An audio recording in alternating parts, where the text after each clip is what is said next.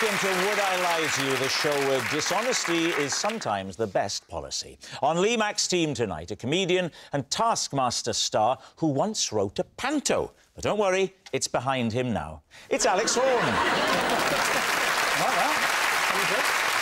And a comedian who went to a boarding school in the Himalayas, which taught her a valuable life lesson.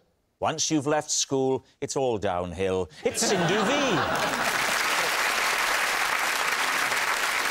And on David Mitchell's team tonight, he's the host of The Masked Singer, where an octopus and a hedgehog were forced to battle it out without so much as a peep from the RSPCA. It's Joel Dommett.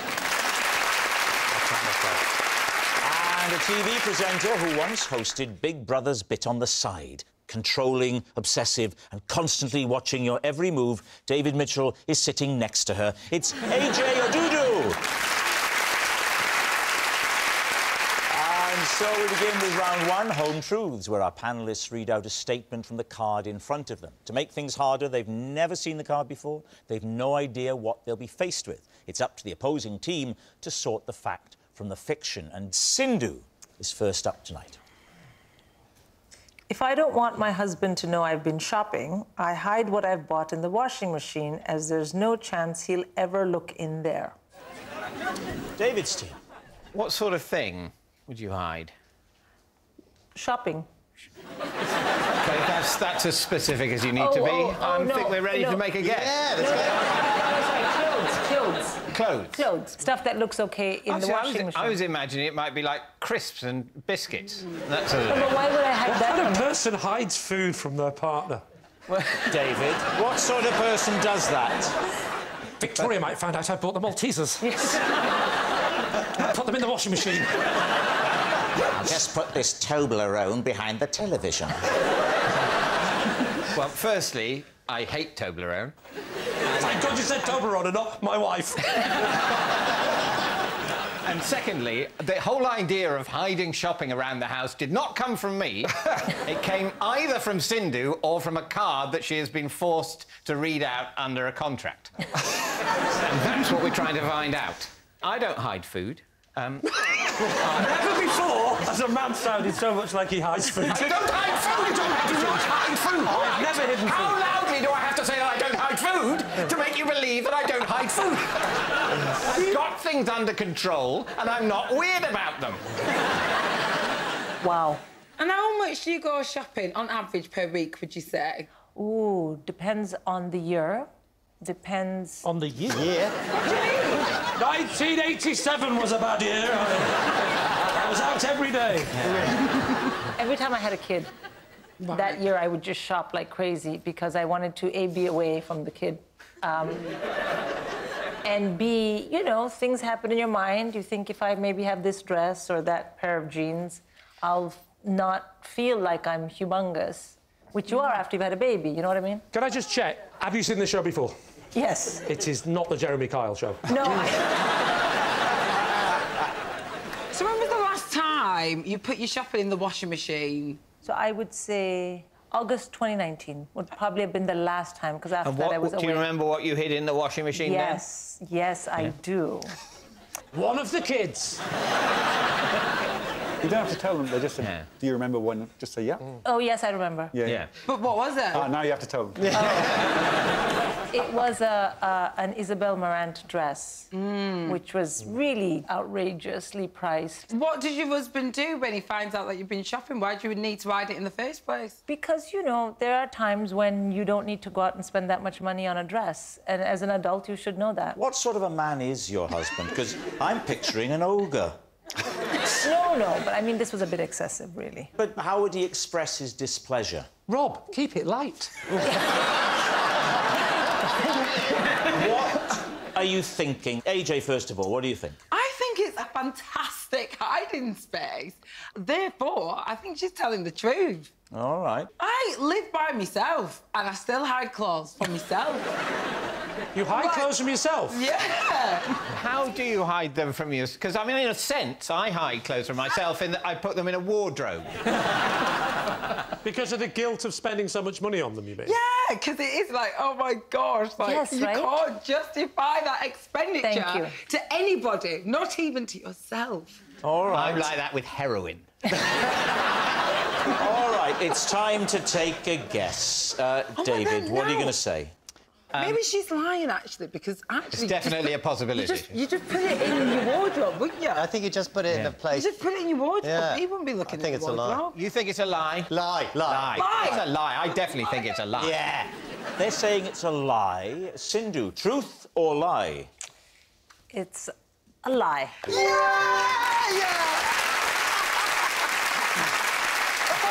It's a lie. Sindhu doesn't hide her shopping in the washing machine.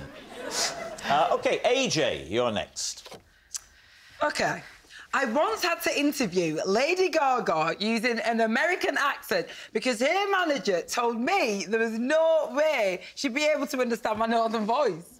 Can you repeat that? I didn't understand a not a word. word of it. So, your accent, you are from? Blackburn, Lancashire. Which? An exotic place. I grew up in Blackburn. Did you now? Hey, maybe we were in the same year at school. Unlikely. What school did you go to? I went to a school that was confusingly called Everton High School, which Knocked is down. in Blackburn. It's been abolished, though, hasn't it? It's been demolished. Demolished. Well, it has. Not been abolished. It's been demolished, and as is my dad's house, and as the house we lived in before that. Oh, my Because word. it's every comedian's dream to have a blue plaque outside a house, but they're just wiping all history of me. Oh, my God. The hospital that I was born in has been knocked down as well, and now it's a block of flats across from what used to be where we used to go shopping, Quick Save. That's been knocked down too. My mum used to work at Quick Save. No I hope she way. got out before they knocked it down. I haven't seen her for a while. They've even knocked down the brewery. Have they? Oh, my OK, gosh. I'm going Wow. to So- step in at this point my and just see if we can open the show out to people who didn't grow up in Blackburn. So, you were interviewing Lady Gaga. Lady Why were you... Shut up. Why were you interviewing Lady? I was presenting a music TV show. Of course. And, yeah, she was promoting one of her brand new singles. I want to confirm you've met Lady Gaga. Yeah, 100%. Is she very little? She's not very little. How little? I'd say she's about 5'6". Pretty tall. Pretty tall, I must say. Statuesque, surely. How far did you get into the interview before Lady Gaga said, I haven't understood a single word this lady has said to me? I was chatting away, asking her loads of questions, really liked her outfit. Just want a figure, just a number. Just OK. just minutes. I'd say, I don't know, like 2 minutes? Was that 2 minutes mainly you talking about what in Blackburn had been demolished? Yeah. And when you did the American, did she do Blackburn from then on as well? Lady Gaga. All right. What are you thinking? Well, I think it's true because... Why? Well, because it's very plausible that AJ has interviewed Lady Gaga, and it's also plausible that Lady Gaga just doesn't understand more than one kind of accent. Well, here's the thing. Can you understand what she's saying? Yes, because I'm bright. Right. Lady Gaga, your songs are great, your outfits are tremendous, but not so good with the English. So... Are you struggling to understand her Lancashire accent? No. This is where I'm worried that it might not be true, because I think every Very word... clear, isn't it? It is pretty And clear. the other thing about Americans is, I find, as someone from the north myself, that they think we're all posh. They just think everyone with an English accent is posh, so we all sound the same to them. Mate, they do not think you're posh. Let me tell you that right now. What are you going to say on behalf of your team? Right. think Well, it's true. I don't know. I'm saying true. True. OK, we're going to go true, but I can't understand why Lady Gaga can't understand her accent. All right, but you're saying true. OK. AJ, were you telling us the truth or were you telling us a lie? I was telling you a lie!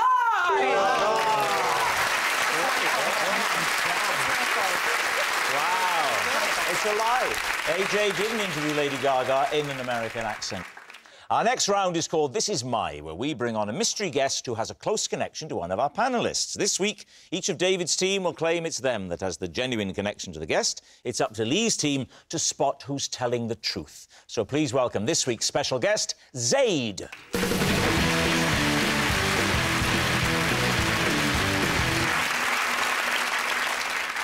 I must play Super Mario again.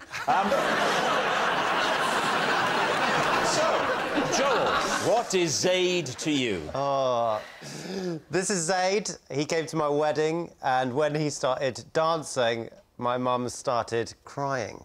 Joel's wedding wrecker. AJ, how do you know Zaid?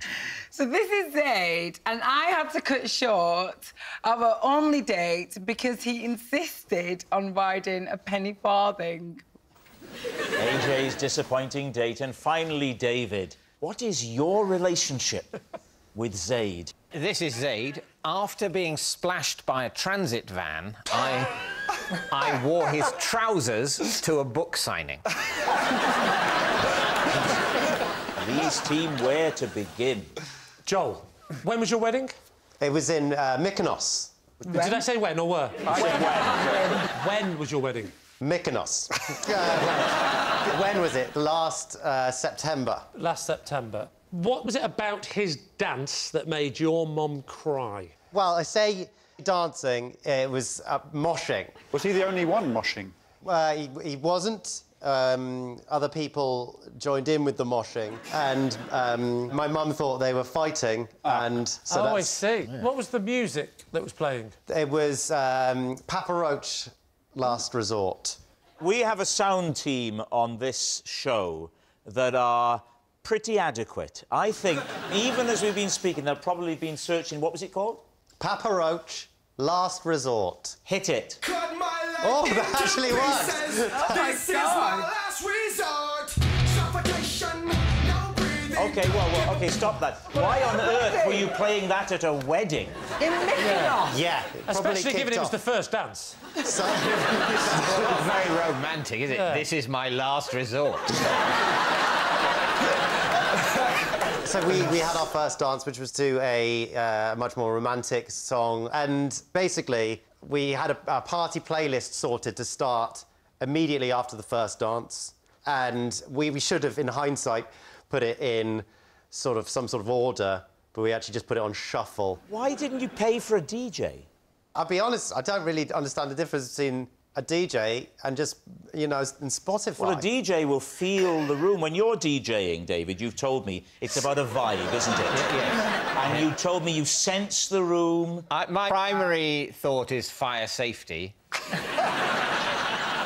So, when your mom saw him moshing... Yeah. Did she cry because of him or the general chaos? I think my mum was crying with the general chaos, really, because everyone's just started moshing away. Then my mum was like, oh, my God, it's a fight. And my dad was like, oh, my God, it's a fight. And... Have we found out yet how he knows Zaid? He goes to the gym that I used to go to. And that's why you invited him to your wedding? Yeah. Did you invite all your gym people to your wedding? Yeah, two gym people. There was only 29 people at the wedding, so I just And did... two of them were randos from the gym? Yeah. Yeah. It's quite a bold move, isn't it, to go up to a strapping, muscly man and going, hiya, you ever been to Mykonos? No, who would you like to quiz next? AJ. Right. Now, remind us, AJ, of the connection. I had to cut short our date because he insisted on riding a penny farthing. Did you meet him or did he come pick you up for the date? No, we met. And he was there on this bike. You were like, hey, Zaid, how are you? No, well, basically, we met in a bar. I had arrived before him, which was already annoying because I'm meant to arrive late, not you. Yeah, come on, Zaid. Did you ask him why he was late? No. And he said, well, have a look at my bike. You'll see why. I just didn't know anything about the penny farthing at all. We was having a lovely time on the day, and so he's like, right, should we move on to the next place? We were like, whilst we were talking, he did say that he had a penny farthing, and I just thought he was joking. And then I get outside, and he's unchaining it, and I was like, oh, you wasn't joking. So why did you cut the date short, though? I did actually go on to the next place. However, at the next venue, didn't find a pole to chain his penny farthing to. So, whilst we're sat at the bar, he keeps looking out the window. Looking after his penny farthing. I mean, it's one thing looking at other women on a date, but looking at a rusty old bike, that's too much, isn't it? I'm not being funny, but it actually was. Can I ask, AJ, is the big wheel at the front or the back? I think it's at the front. I don't know. So how did he get on it? I don't... But him. How did he get on the bike? I didn't get on the bike. I know you Trust didn't. me, I did not get on that bike. Yeah. Well, you've had enough thinking time now. How did he get on the bike? He just, like, got on it. Right, you've explained it now. Thank you. In the pub, your only objection was that he was looking out for his... I presume it's an antique bike. Listen, I don't know where he got the bike from, whether he got it from Halfords or the Antiques Roadshow. All I know... What are the two? Is that... You sounded to me like someone who's quite hard work on a date, if you don't mind me saying. I understand now why he brought along his plastic screen so he didn't have to listen to you. How did you cut it short? What did you say? Basically... On your bike.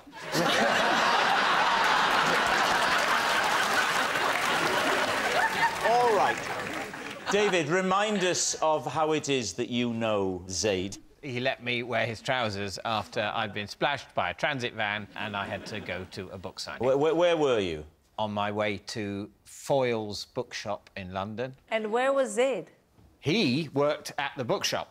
Was Zaid a humble assistant? Was he head of Foyles? What was he? I'd be surprised if he was the chief executive of the company, but he worked in the bookshop. So you get into the shop. Now, are these sort of khaki slacks? In which case, the stainage, if we can call it that, in your front trouser area is all the more alarming and does hint at perhaps problems of a urological type. He's asking, did it look like you'd wet yourself?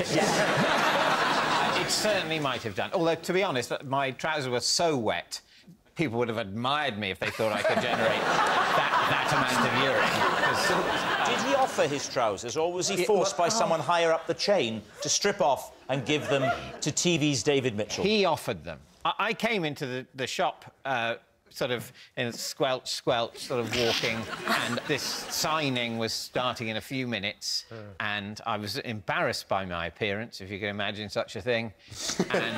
And were the three fans staring at you in the... Or were they looking the other way at this point, were they...? There was quite a considerable queue of, you know... For the toilet, so you couldn't use that. And Zaid was there representing the bookshop to say, oh, you're here for the signing of your book. And it's a brilliant book, he said. So he says to you, why don't you use my trousers? He had some spare trousers with him. Oh, he had spare ones? Yeah. I mean, how funny is your book? But why did he have spare trousers? Because he was going to the gym, where, you know, you meet people at the gym, don't you? And he was...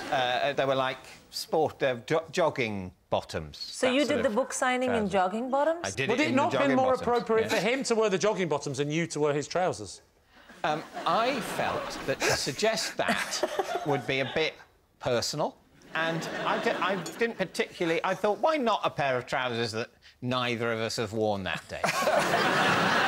Yeah, but it's an odd look, isn't it? Because I can imagine you turning up for a book signing, you've got your little checkered shirt on, your dicky bow, your little fez, and then you've got your tracksuit bottoms, and it's all tucked in, so they're like that. Hello, want me to sign that? Obviously, with a book signing, you're sitting at a table, your legs aren't that visible. Where in the shop did you go to change? Which section? Please don't say the children's section. In the back room, in the stock room area. Right, and then at the end of the... After you'd signed your 3 books, she said, thanks for coming, Mum, thanks for coming down. And then... And did you then... He liked that one, and he's not allowed to laugh. Did you then give him his trousers back, or did he say, oh, just take them, you can have them? I gave him his trousers back. What month were you going to Foyles? It was November. Oh, yeah. Ooh, that does check out. Well done, David. It could have rained in November. Fortunately, I didn't pick one of those months where it never rains in Britain. OK, Lee's team.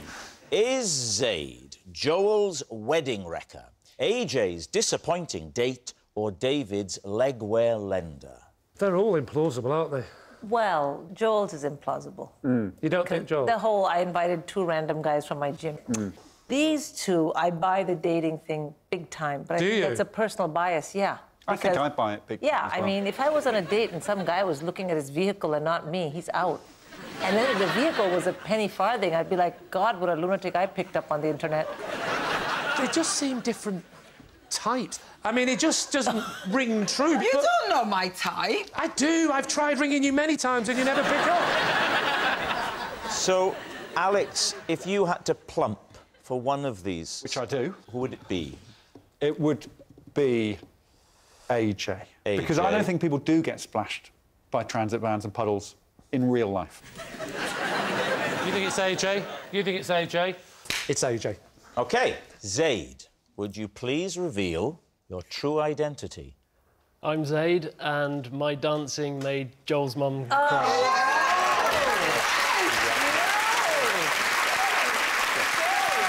Zaid is Joel's wedding wrecker. Thank you very much, Zaid.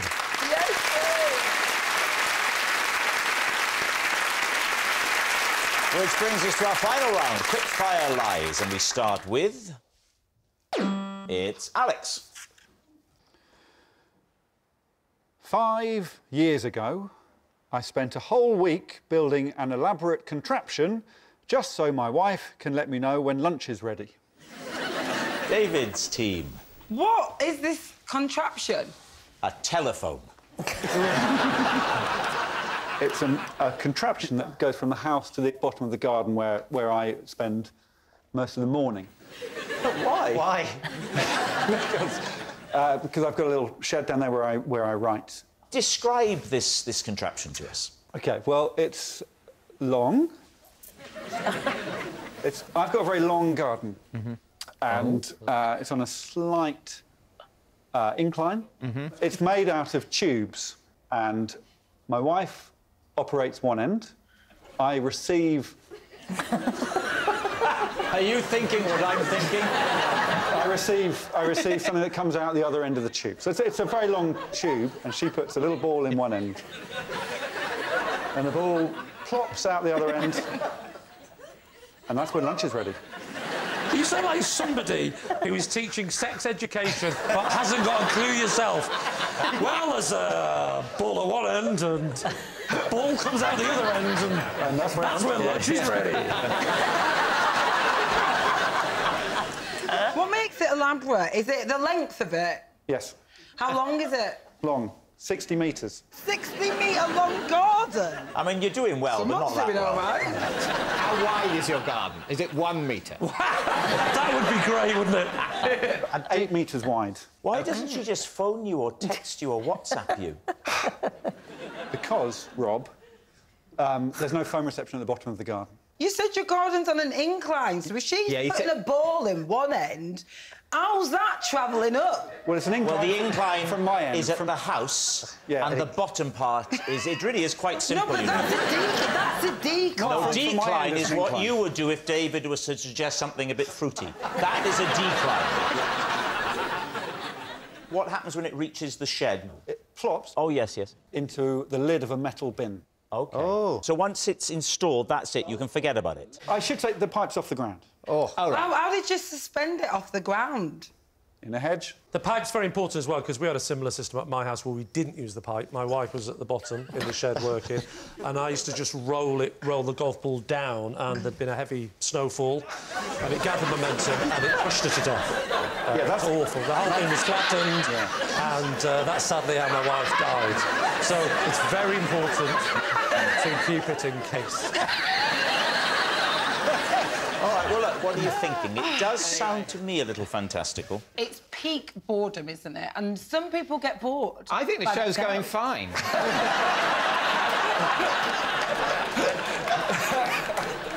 I think it's true. I think it's true as well. I'm going to say it's true. OK, so, Alex, truth or lie? 60 metres. True!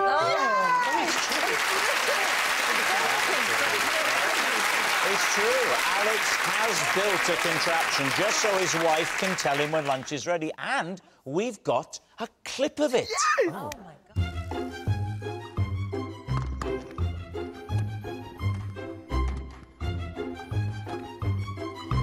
Wow! Wow. I love it! Oh, I love It was just like you described it. Next. It's Lee. Last year, I bought a suit of armour from an antique shop. Then had to wear it home on the train because it was easier than carrying it. David's team. OK. So, where was the antiques shop? It was in a street near Leicester Square. There's a little side passage full of antique shops and the like. Were you planning to buy a suit of armour that day? Absolutely not. I mean, who does? it. Why did you buy it? Well, there was people firing arrows at me. They're on fire. What are you supposed to do? So We've all done it. We've all been to London. Were you planning... Watch a show, have a kebab, then it starts, doesn't it? Were you planning to buy an antique that day? No, I was not planning to buy anything, but I've always fancied a suit of armour. What sort of suit of armour was it? From what era? From what... Oh, it was a proper original one from the 1950s. Was it a sort of theatrical prop, perhaps? That's exactly what it was. It Yes. was from a show Yes. in the West End. In the West End. What was it called? It might have been A Room for Two Nights. And this was just one of the costumes. I don't know where the other one went. It was on display. I went in, I looked at it, and I said, "Is this for sale?" He said, "No, but if you make me an offer, I might consider it." I made him the offer, he considered it. And then he said, "Now let's get back to buying the costume." And then I got excited with my purchase. So I said, "I'll take it now." He said, "It's heavy." I said, "I think I can manage." And he jokingly said, "You could always wear it home." And I thought, hang on.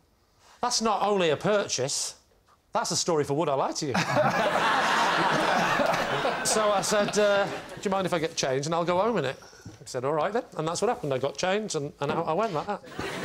How long is your entire journey, door to door, from the shop to your home? Well, usually in normal clothes, it's about, I'd say it's about an hour.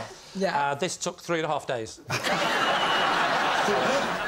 What do you think? Is he telling the truth? I think it's a lie. I would love it to be true, but it's a lie. You can't get underground with a load of shopping bags. So AJ thinks it's a lie. Joel thinks it's a lie. I think, David, you're thinking it might be true? It's a lie. Oh, God, no. No, I think it's a lie.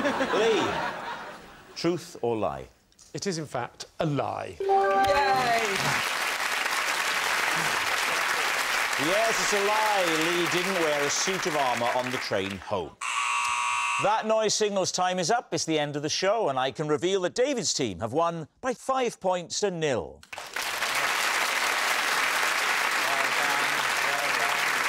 Thanks for watching. We'll see you next time. Good night.